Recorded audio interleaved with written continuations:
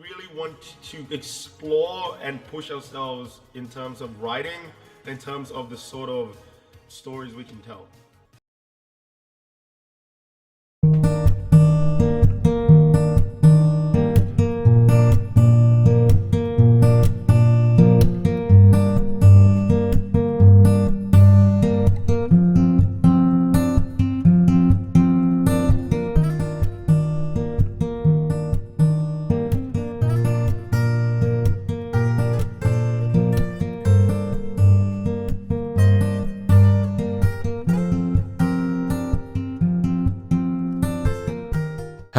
Sunset Paradise, a new addition for the Glitch animated series lineup, alongside seasons 1 and 2 of Medarunner. Sunset Paradise sees the combined efforts of the amazing and talented crew over at Glitch Productions and the support of big name companies such as Epic Games and Screen Australia. Kevin and Luke are back once again with a brand new series where we join our protagonist, 𝗧𝗪𝗧𝗧𝗘𝗥, on her journey of self-discovery in this animated slice of life action comedy web series, Sunset Paradise. At first glance, it's quite obvious the direction Glitch wanted to take with this series. Everything from the art style to the overall tone just screamed change, and not in a bad way. Change is good, especially for a company that releases animated content. I mean, we can't seriously expect Glitch to release new shows that look and sound just like Medarunner. I am all for Glitch experimenting and exploring different styles that they're not accustomed to doing. As for this series, it's almost as if the writers have sat down and said, let's move away from the serious and gritty tone of Medarunner and take some inspiration from the SMG4 videos. Let's take a well-written and unique character from that roster and focus on resolving that unchecked potential said character has. Ladies and gentlemen, I present to you Sunset Paradise. After watching the show, I immediately decided I have to talk about this, and not just because my past two videos on Medarunner seasons 1 and 2 were received so well by you guys, thank you by the way, but that this series has such a deep and personal meaning behind it that maybe some of you already picked up on, but if you're in that minority that hasn't, then stick around because you're in for a treat. In this in-depth breakdown / review, I want to try something a little different. I'm going to be sectioning off this video into 6 chapters. Chapter 1 will focus on Meggy's origins. Chapter 2, the show itself, the story and my initial impressions. Chapter 3 will be on the characters. 4, the animation. 5, the show's message. And finally, chapter 6 will conclude my overall thoughts on the show and wrap it up nicely in a neat bow. So sit back, relax, and get comfy as I go into depth and break down my review on Sunset Paradise.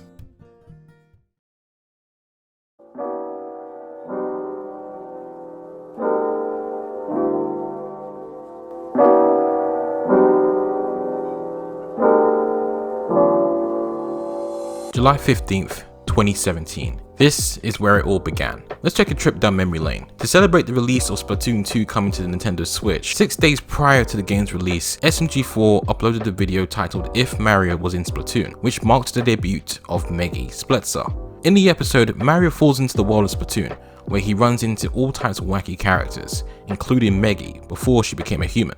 He takes an interest in the Splatfest tournament, but to compete, he's gonna need a team. This is where Meggy comes in. He proves his talent and skill to Meggy, which convinces her to add him to her team. Although in the end they ultimately lose, this would only drive Meggy's character further to reaching her long-time goal. Things then went quiet after that video. She didn't appear in many episodes up until around 1 month, 2 weeks, and 4 days later. Yeah, I did the calculation. Meggy reappeared in the video titled The Mario Channel, Mario's Challenge. With this, Meggy soon became a recurring character in the SMG4 series, popping up here and there and joining Mario on his wacky adventures, while also holding on to her determination to win Splatfest. There were even episodes dedicated to her character arc, which as a result turned her into a fan favorite. Meggy's character arc was so strong, it became her one defining trait. Winning Splatfest was all she would ever talk about and train for. It was her lifelong dream, her goal. In a way, Splatfest was Meggy's one true purpose. Seems like it, right?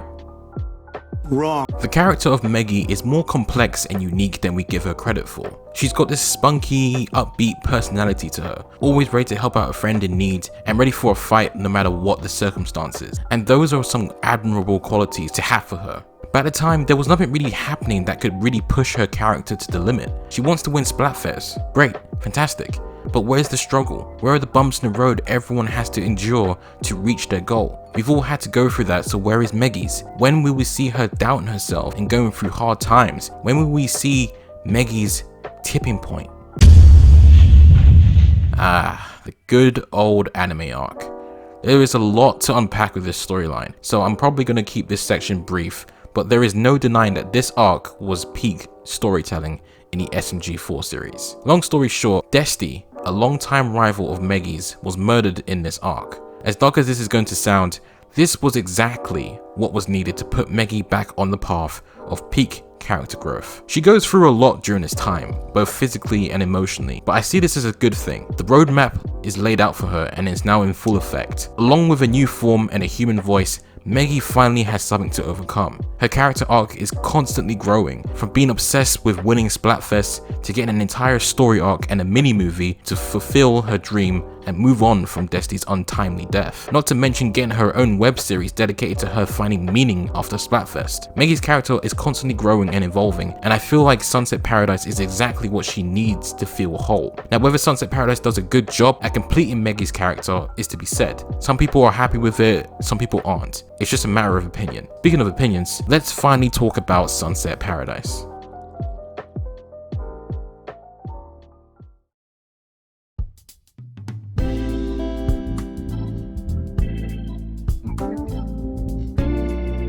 So as I mentioned earlier, Sunset Paradise is a computer animated web series created by Luke and Kevin, the owners of SMG4, and produced and animated by Glitch Productions. The pilot episode of the first season was released on March 26, 2021, and 9 more episodes were released weekly starting on June the 4th and concluding on July 30th. The series is a spin-off of the SMG4 series, which focuses solely on Meggy 𝗧𝗪𝗧, who takes a vacation to find her calling, while also fighting a variety of criminals and her inner demons. Unlike Medarunner, which focuses on 𝗪𝗓 as the protagonist but is set in a separate continuity, Sunset Paradise is set within the SMG4 universe, but remains a standalone adventure in nature to put sole focus on Meggy's ongoing character arc. The story of Sunset Paradise is as follows. Sometime after winning the final Splatfest and keeping her promise to 𝗧𝗪, Meggy has found it increasingly hard to figure out what she wants to do with her life. To help sort herself out with some much needed relaxation, she takes a vacation to Port Aurora, island paradise. Unfortunately for her, the town has become plagued with criminal activity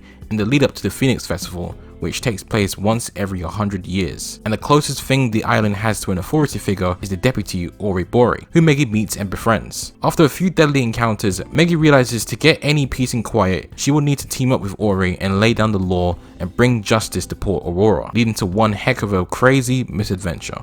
Initial impressions. I wasn't too crazy about this series. Despite what I said in my previous chapter, the trailer that was released for the series didn't exactly sell me on this show, but I liked the overall tone it was aiming for, especially from the pilot episode that released soon after. Lizzie Freeman voices Meggy, and hearing her actually talk in full sentences was oddly satisfying, since we only get to hear random lines from her when she's in the SMG4 video. The same goes for every other character who has an actual voice actor. I like how it's canon to the SMG4 series, so any development Meggy makes, she'll take back with her once the vacation is over, and it's not a case of an alternate version of said character. Besides the similar premise and look of Mario Sunshine, more on that later, and the heavy focus on the humor of the show, which was entertaining to some degree but felt a little distracting, I was still staying optimistic about this show and that it will tell a fairly decent story about moving on and trying to find yourself in life. In a way, it almost accomplishes that, but it wouldn't have been possible without.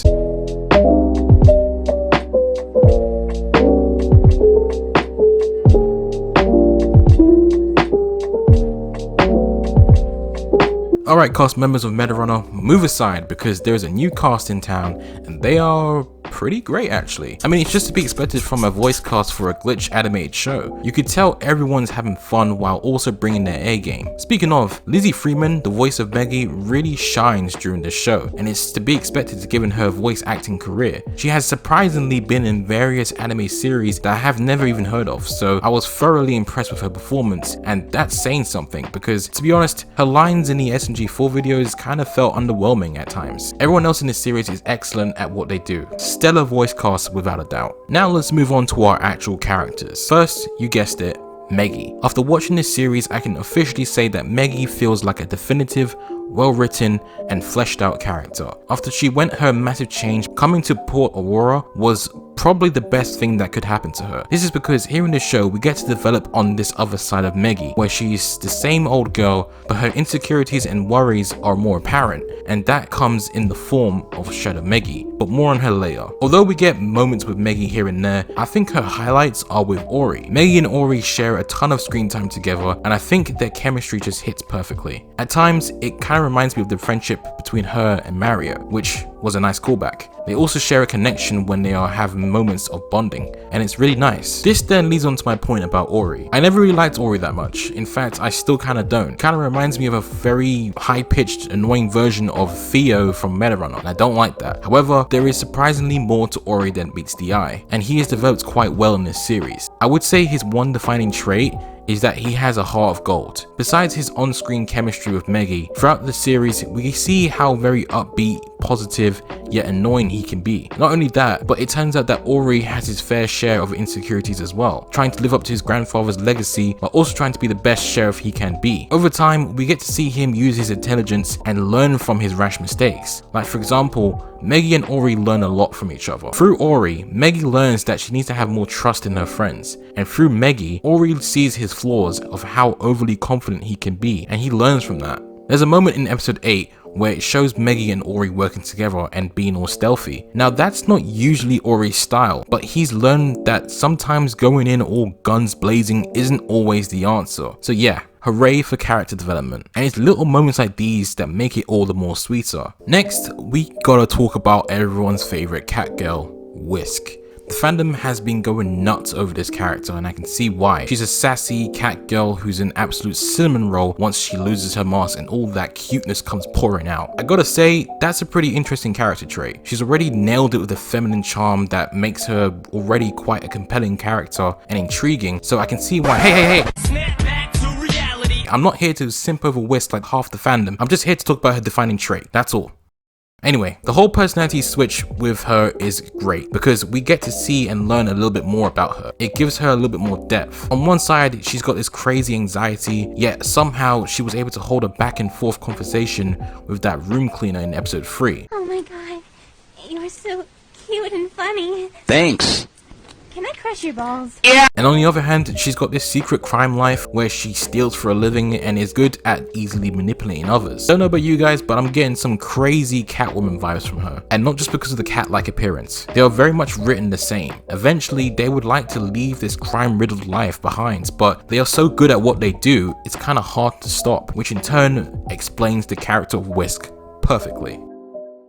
Finally, the antagonists of the series, Benedict, the Spudbuds, Funky Force, and so on, were kind of a letdown. I never really had my hopes up to begin with. This was mostly due to the one overwhelming problem. I couldn't take any of them seriously. Even when the show tries to take itself seriously, I just couldn't. And it mainly stems from these guys. The only ones I feel like left an impression on me was the Funky Force, or kind of. The whole mind control brainwashing thing was kind of dark, especially behind closed doors, but afterwards, the end result was kind of meh. There was one chase scene that was really cool and well executed, but after that, they just become less and less relevant. We get hints at their backstory and their fallen team member, but nothing beyond that, which also applies for our main antagonist, Benedict. This guy was an absolute riot. From the moment he was revealed as the big bad, I could no longer see this guy as an actual threat. Benedict was so much fun to watch and was such a well-rounded shell of a villain, I couldn't help but laugh. I mean, he's an egg. Where do you even go with that? I get what they tried to do in episode 9 by making him out to be this big-time crime boss, but it literally goes no further, which is a shame. The Spudbuds were there, and that's about it. Moving on. Last on the list is 𝗧𝗪𝗜𝗧𝗧𝗘𝗥. Now 𝗧𝗪𝗜𝗧𝗧𝗘𝗥 isn't much of a character, but I wanted to include her here for a few reasons. First, her significance. Although she doesn't do much growing or developing, arguably, she has a massive significance on Meggy and her actions in the show. 𝗧𝗪𝗜𝗧𝗧𝗘𝗥 is a symbolic representation of all the insecurities and guilt Meggy has been carrying on her shoulders, and she has more meaning than she lets on. Yes, she's there to fight Meggy in her dreams, but she's also a lingering figure of Meggy's failures in life, and that's pretty deep.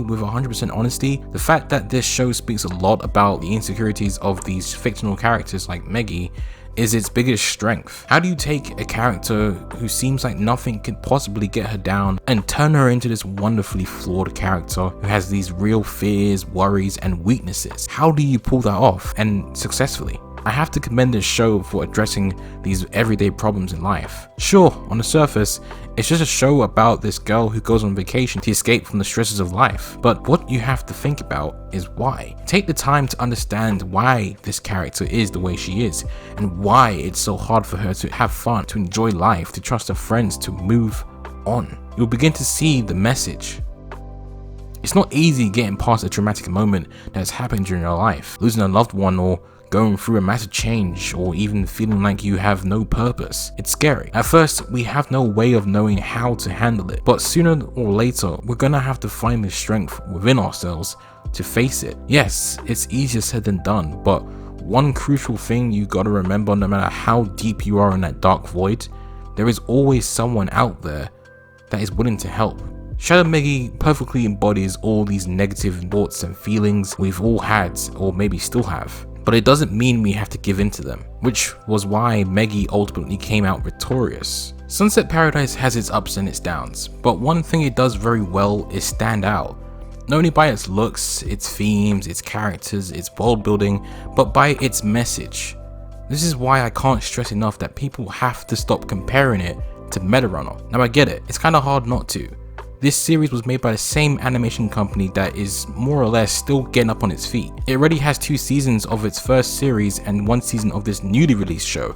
So I guess for some of you, it's kind of unavoidable. But I still think it's really unfair for people to compare the quality of Sunset Paradise with 𝗪𝗏. Things like the animation style to the characters are vastly different for reasons I explained earlier. Sunset Paradise takes place within the wacky world of SMG4 and not an alternate reality. This is still the same character we've grown to love over the years. This isn't 𝗪𝗏 2.5, this is Meggy's story. This is her challenge, this is her calling, this is Meggy's Sunset Paradise.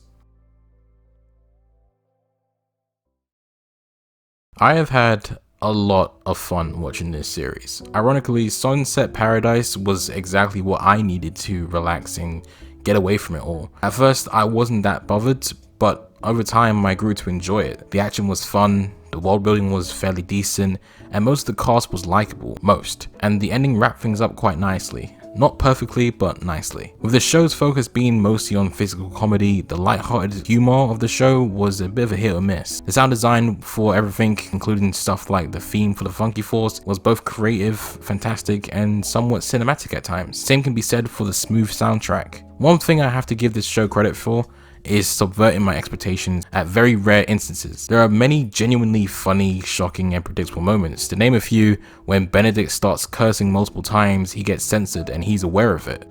Grandfather would have said, "See you sucking butt."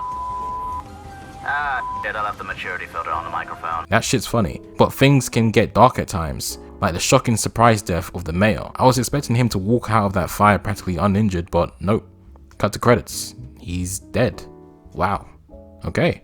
Consider my expectations subverted. Also note how I'm not mentioning Ori's death since he technically wasn't dead, but him getting injured to the point of death was predictable as hell, and we knew he'll be fine because, come on, they aren't seriously gonna kill off this guy, let's be honest. Besides all these opinions I've made, overall Sunset Paradise is a nice, refreshing, and well-deserved spin-off for a fleshed out character such as Meggy. In a way, Meggy needed this show to complete her character arc, and whether Sunset Paradise does justice for the character is, well, up to you to decide.